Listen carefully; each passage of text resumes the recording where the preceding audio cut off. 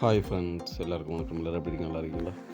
நம்ம என்ன வீடியோ பார்க்க போகிறோம்னா 9ஆம் வகுப்போட சமூக அறிவியல் 5 மார்க் கொஸ்டின்ஸ். சரிங்களா? மோஸ்ட் இம்பார்ட்டண்ட்டான 5 mark questions 9th standard Tamil medium சமூக அறிவியல் நம்ம ஆனுவல் எக்ஸாமுக்கான மோஸ்ட் இம்பார்ட்டன்ட் கொஸ்டின் பார்க்க போகிறோம். இதை நம்ம படித்தாலே போதுமானது. மேக்ஸிமம் நம்ம கவர் பண்ணிடலாம். சரிங்களா? எக்ஸாமில் மேக்ஸிமம் இது வந்து 5 மார்க் கொஸ்டின் வரும். ஸோ நம்ம சேனலில் சப்ஸ்கிரைப் பண்ணி வச்சுங்க. நம்ம இதுக்கு முன்னாடி முக்கியமான அறிவியல் கொஸ்டின்லாம் போட்டிருக்கோம்.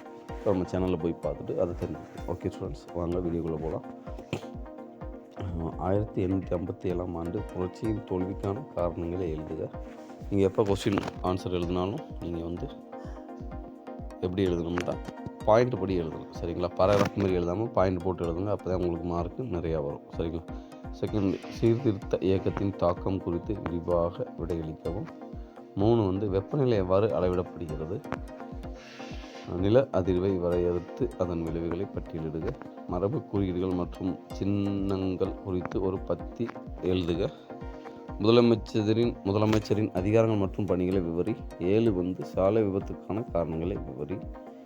நம்ம மேக்ஸிமம் 5 மார்க்குக்கு 5 எழுதினாலே போதுமானது. இருந்தாலும் நீங்கள் ஃபுல்லாக கவர் பண்ணணுன்னா ஒரு 7 பாயிண்டாவது எழுதுங்க. சாலை விபத்துக்கான காரணங்களை விவரி. பொதுத்துறைக்கும் தனியார் துறைக்கும் உள்ள வேறுபாடுகளை எழுதுக. அதுக்கடுத்து காலியிடங்களை நிரப்புக. இண்டியாஸ் என்பது ஜப்பானின் முந்தைய பெயராகும்.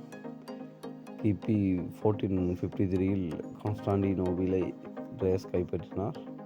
பாறைக்குழம்பு காணப்படும் அடுக்கு உள்ளாட்சி அமைப்புகளின் தந்தை என அழைக்கப்படுவது யார்? தமிழகத்திற்கு பெரும் நீர் ஆதாரமாக இருப்பது டேஸ் பருவமழையாகும். அதுக்கடுத்து 10வது வேறுபடுத்துக. வானிலை மற்றும் காலநிலை, முதல்நிலை தொழில் மற்றும் இரண்டாம் தொழில், இது 2 வேறுபடுத்தி நம்ம எழுதணும். 2மே எழுதினா தான் 5 மார்க். சரிங்களா? அதுக்கடுத்து 11 பார்த்தோம். காரணம் கூறு. உயிர்கோளம் ஒரு நிலையான சூழல் மண்டலத்தை கொண்டுள்ளது.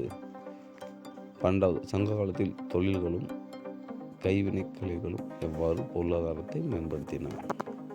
13 புவியியல் சார் கண்டுபிடிப்புகளின் விளைவுகளை குறித்து ஆராய்க. 14 இந்தியாவில் ஆங்கிலேய ஆட்சியின் பொருளாதார தாக்கத்தை விவாதிக்கவும். 15 பார்த்தாங்க. புவி அமைப்பை விவரி. சூழ்நிலை மண்டலத்தின் செயல்பாடுகளை எழுது. தீ விபத்தின் போது என்ன செய்ய வேண்டும் என்பதை பற்றி குறிப்பு எழுதுக. ஒற்றையாட்சி முறையின் நிறைகளை விவரி. சாலை பாதுகாப்பு விதிகளை பற்றி விவரி. இந்திய ரிசர்வ் வங்கியின் பணிகளை விவரி. சரிங்களா? இதெல்லாம் மோஸ்ட் இம்பார்ட்டண்டான கொஸ்டின்ஸ் தான். இதை நம்ம படித்தாலே நம்ம எக்ஸாமில் ஈஸியாக 8 கேள்வி கேட்பாங்க. 5 மார்க் கொஸ்டின்ஸ் எவ்வளோ கேட்குறாங்களோ அதை ஃபுல்லாகவே நம்ம கவர் பண்ணிடலாம். சரிங்களா? இடப்பெயர்வின் முறைகளை பற்றி விரிவாக எழுதுக. காலக்கோடு 1780 1800 வரையிலான ஏதாவது 5 உலக வரலாற்று நிகழ்வுகளை காலக்கோட்டில் குறிப்பிடுக. சரிங்களா? மேக்ஸிமம் 1900 கேட்பாங்க. இப்போ 1780 கேட்டிருக்காங்க. அதுக்கடுத்து பார்த்தோம்னா மேப். கீழ் காணும் இடங்களை இந்திய வரைபடத்தில் குறிக்கவும்.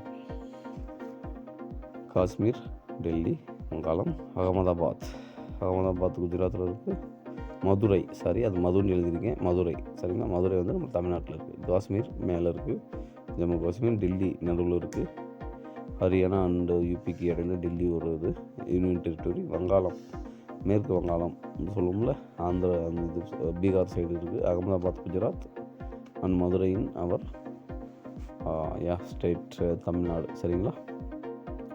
ஓகே ஃப்ரெண்ட்ஸ், இது உங்களுக்கு பிடிச்சிருக்குன்னு நினைக்கிறேன். பிடிச்சிருந்தா அவங்களுக்கு லைக் பண்ணுங்கள், உங்கள் ஃப்ரெண்ட்ஸ்க்கெலாம் ஷேர் பண்ணுங்கள், அவங்களுக்கு யூஸ் ஆகட்டும். ஓகே, நல்லா படிங்க, எக்ஸாம் நல்லா எழுதுங்க. All the best for your exam.